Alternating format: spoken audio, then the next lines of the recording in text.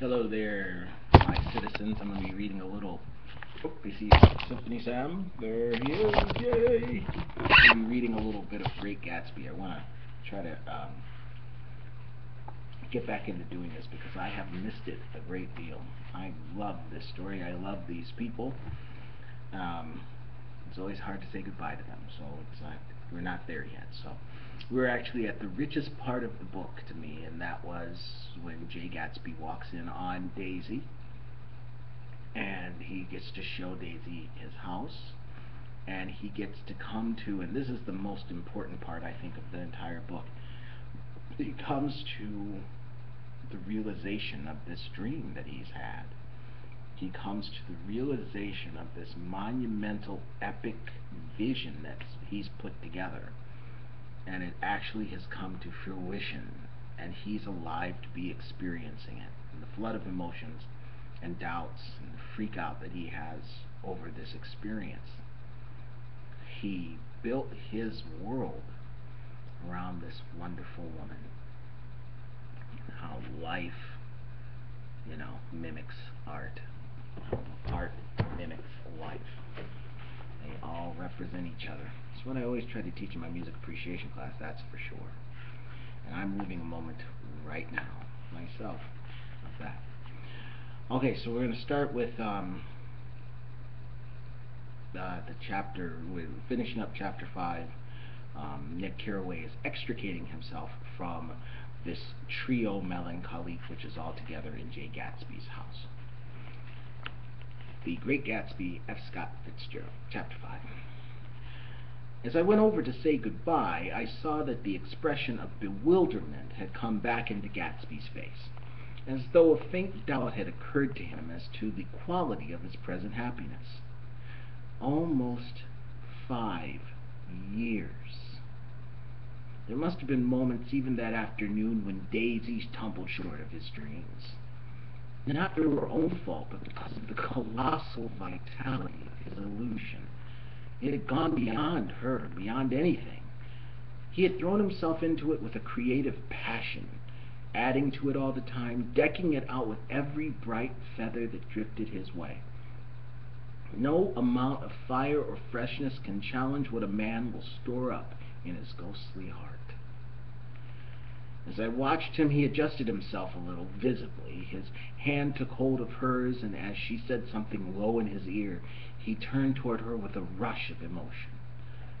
I think that voice held him most with its fluctuating, feverish warmth, because it couldn't be overdreamed. That voice was a deathless song.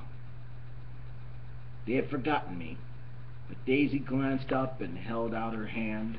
Gatsby didn't know me now at all.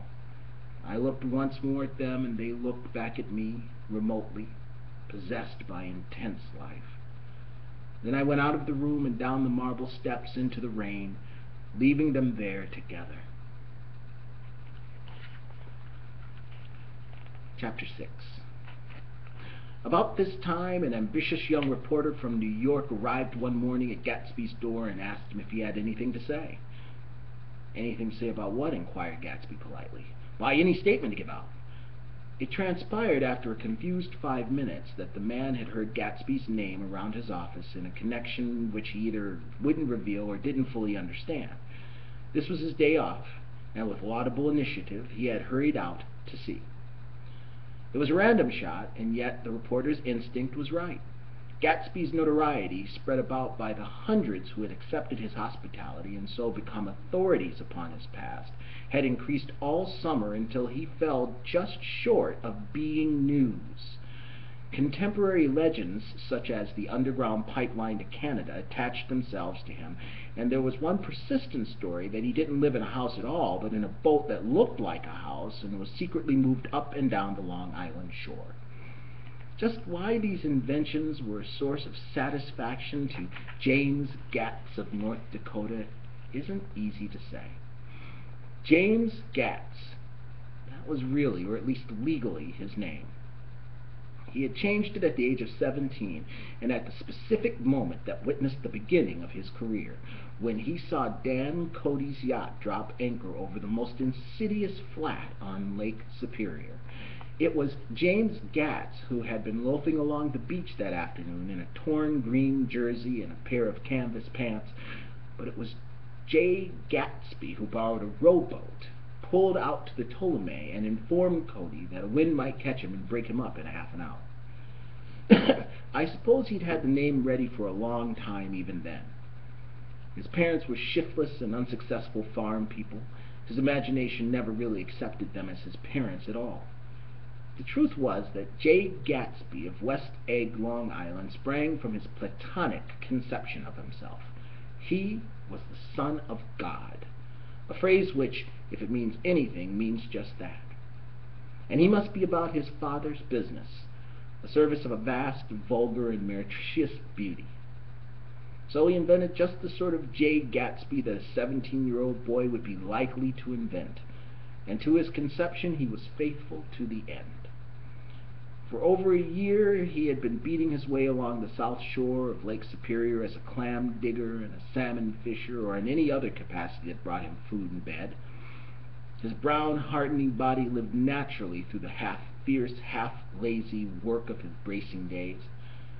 He knew women early on, and since they spoiled him, he became contemptuous of them, of young virgins because they were ignorant, of the others because they were hysterical about things which his overwhelming self-absorption he took for granted. But his heart was in a constant, turbulent riot. The most grotesque and fantastic conceits haunted him in his bed at night. A universe of ineffable gaudiness spun itself out in his brain, while the clock ticked on the washstand, and the moon soaked with wet light his tangled clothes upon the floor. Each night he added to the patterns of his fancies until drowsiness closed down upon some vivid scene with an oblivious embrace. For a while these reveries provided an outlet for his imagination. They were a satisfactory hint of the unreality of reality, a promise that the rock of the world was founded securely on a fairy's wing. Stop there.